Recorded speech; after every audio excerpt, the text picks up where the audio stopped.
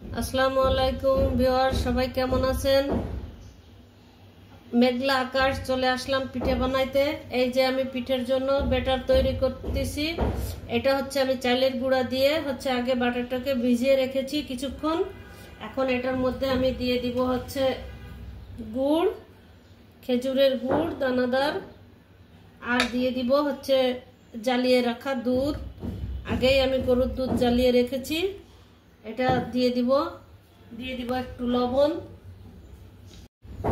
লবণটাও দিয়ে দিয়েছি। এখন এটাকে সুন্দর করে আমি গুলিয়ে নিব, যাতে সব কিছু এক সুন্দরভাবে গুলানো হয়। এই যে পিঠাটা এখন আমি ভাজার জন্য চলে আসলাম, দিয়ে দিচ্ছি।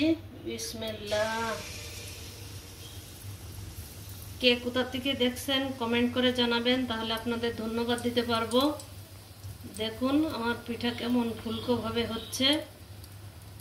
এইভাবে আপনারা গুঁড়োটাকে মাখিয়ে নিলে এরকম সুন্দরভাবে পিঠাটা ফুলবে এবং খেতেও অনেক সুস্বাদু হবে। আমার পেজটাতে একটু লাইক ফলো দিয়ে পাশেই থাকবেন। আমার চ্যানেলটাকে একটু সাবস্ক্রাইব করে দিবেন। এভাবে আমার পাশে সাপোর্ট দিয়ে আপনারা সবাই থাকবেন। পিঠাটাকে উল্টিয়ে দিচ্ছি।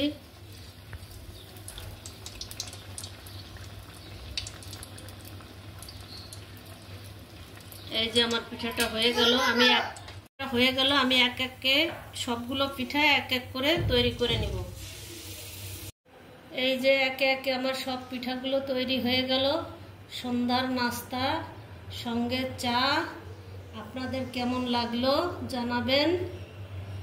একবার বাসায় এইভাবে ট্রাই করবেন। ফুলকো ফুলকো পাকান পিঠা।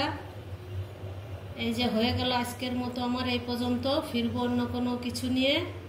সবাই ভালো থাকবেন। আল্লাহ হাফেজ।